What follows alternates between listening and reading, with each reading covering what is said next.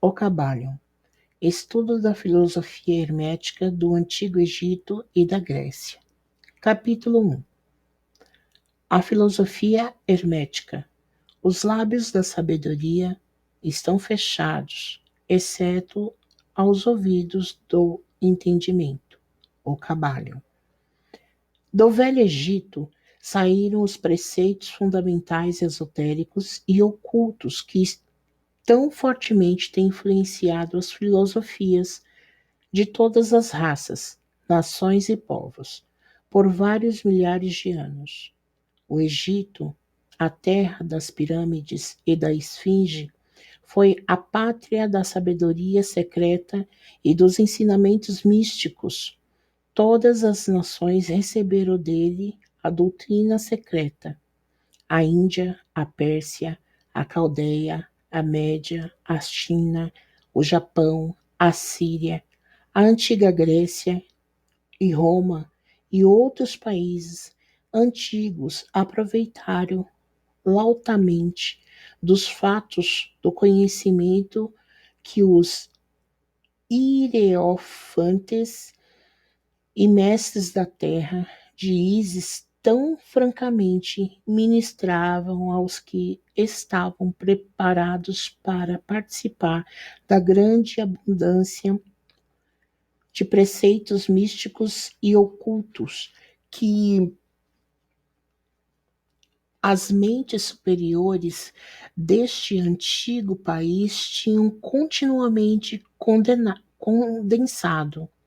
No Antigo Egito viveram os grandes adeptos e mestres que nunca mais foram superados, e raras vezes foram igualados nos séculos que se passaram desde o tempo do grande Hermes. No Egito estava estabelecida a maior das lojas dos místicos. Pela portas dos seus templos entraram os neófitos, que mais tarde, como hierofantes, adeptos e mestres, se espalharam por todas as partes da terra, levando consigo o precioso conhecimento que possuíam, ansiosos e desejosos de ensiná-los àqueles que estivessem preparados para recebê-lo. Todos os estudantes ocultos conhecem a divina que tem a dívida que tem para com os veneráveis mestres deste antigo país. Mas entre estes grandes mestres do Antigo Egito, existiu um que eles proclamaram como o mestre dos mestres. Este homem, se é que foi verdadeiramente um homem, viveu no Egito na mais remota antiguidade. Ela foi conhecida sob o nome de Hermes Trismegisto. Foi o pai da ciência oculta, o fundador da astrologia, o descobridor da alquimia. Os detalhes da sua vida se perderam devido ao imenso espaço de tempo, que é de milhares de anos. E apesar de muitos países antigos disputarem entre si a honra de ter sido a sua pátria, a data da sua existência no Egito, na sua última encarnação neste planeta, não é conhecida agora, mas foi fixada nos primeiros tempos das mais remotas dinastias do Egito, muito antes dos tempos de Moisés. As melhores autoridades consideram-se como contemporâneo de Abraão, e algumas tradições judaicas dizem claramente que Abraão adquiriu uma parte do seu conhecimento místico do próprio Hermes. Depois de ter passado muitos anos da sua prática deste plano de existência, a tradição afirma que viveu 300 anos. Os egípcios deificaram Hermes e fizeram dele um dos seus deuses, sob o nome de Tob. Anos depois, os povos da antiga Grécia também o deificaram com o nome de Hermes, o deus da sabedoria. Os egípcios reverenciaram por muitos séculos a sua memória, denominando-se os mensageiros dos deuses e ajuntando-lhe como distintivo o seu antigo título, Trimegisto, que significa os 3 vezes grande, o grande entre os grandes. Em todos os países antigos, o nome de Hermes Trimegisto foi reverenciado, sendo esse nome considerado como sinônimo de fonte de sabedoria. Ainda em nossos dias, empregamos os termos hermético no sentido de secreto, fechado, de tal maneira que nada escapa, etc. Pela razão que os símbolos de Hermes sempre observaram o princípio do segredo nos seus preceitos. Eles ignoravam aquele que não lançam as pérolas aos porcos, mas conservavam o preceito de dar leite às crianças e carne aos homens feitos, máximas que são familiares a todos os eleitos das escrituras cristãs. Mas que já foram usadas pelos egípcios muitos séculos antes da era cristã. Os preceitos herméticos estão espalhados em todos os países e em todas as religiões, mas não pertencem a nenhuma seita religiosa particular. Isso ocorre por causa das divergências feitas pelos antigos instrutores, com o fim de evitar que a doutrina secreta fosse cristalizada em um credo. A sabedoria desta precaução é clara para todos os estudantes de história. O antigo ocultismo da Índia e da Pérsia degeneralizou-se e perdeu-se completamente porque os seus instrutores tornaram-se padres e misturaram a teologia com a filosofia, vindo a ser, por consequência, o ocultismo da Índia e da Pérsia gradualmente perdido no meio das massas das religiões, superstições, cultos, credos e deuses. O mesmo acontecendo com a antiga Grécia e Roma e também com os preceitos herméticos dos gnósticos e cristãos primitivos, que perderam no tempo de Constantino e que sufocaram a filosofia com o manto da teologia, fazendo assim a igreja perder aquilo que era a sua verdadeira essência e espírito, e andar às cegas durante vários séculos antes de tomar o seu verdadeiro caminho. Porque todos os bons observadores deste 20º século dizem que a Igreja está lutando para voltar aos seus antigos ensinamentos místicos. Apesar de tudo isso sempre existirem algumas almas fiéis que mantiveram viva a chama, alimentando-a cuidadosamente e não deixando a sua luz se extinguir.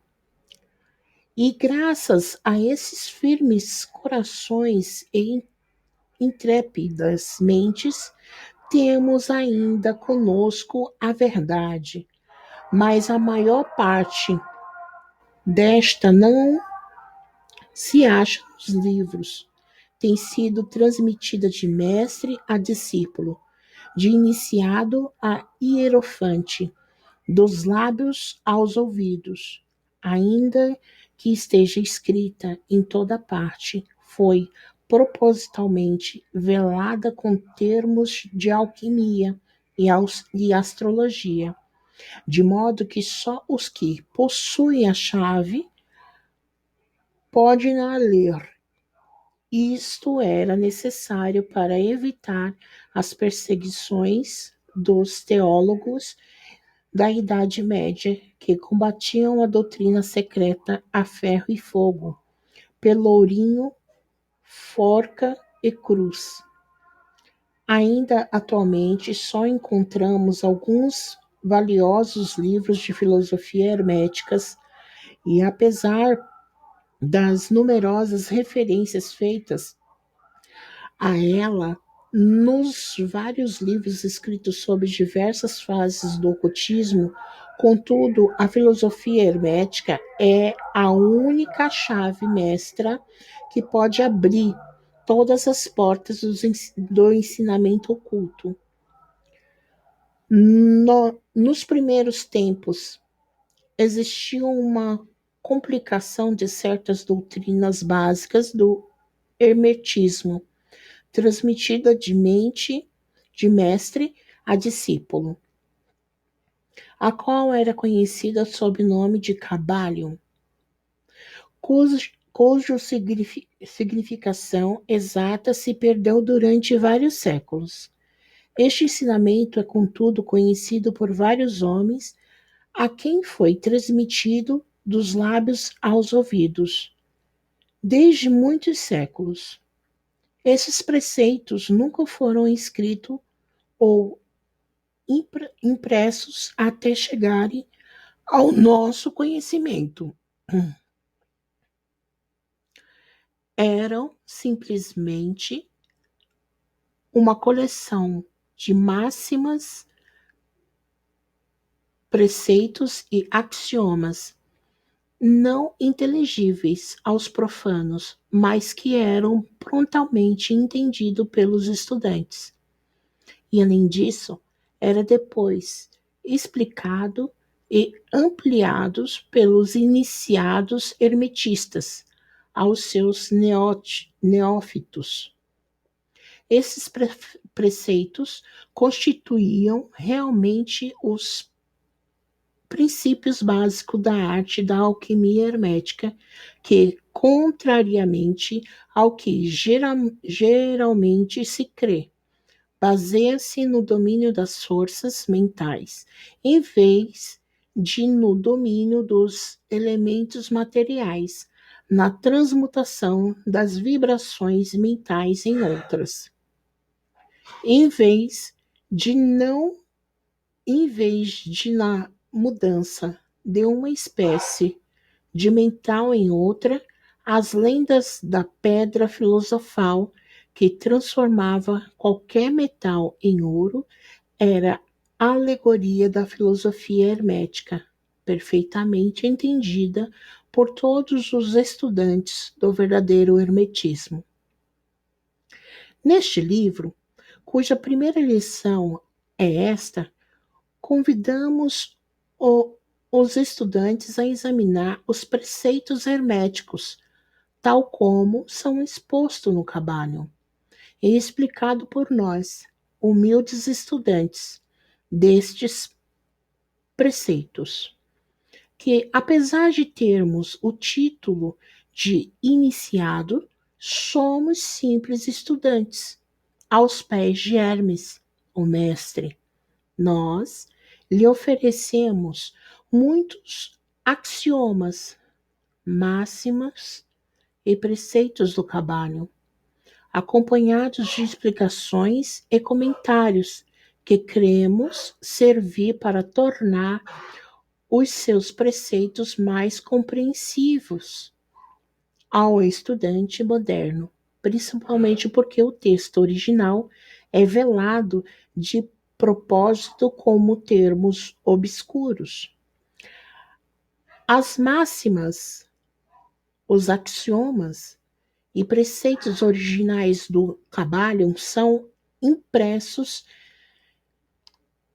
em tipo diferente do tipo geral da nossa obra.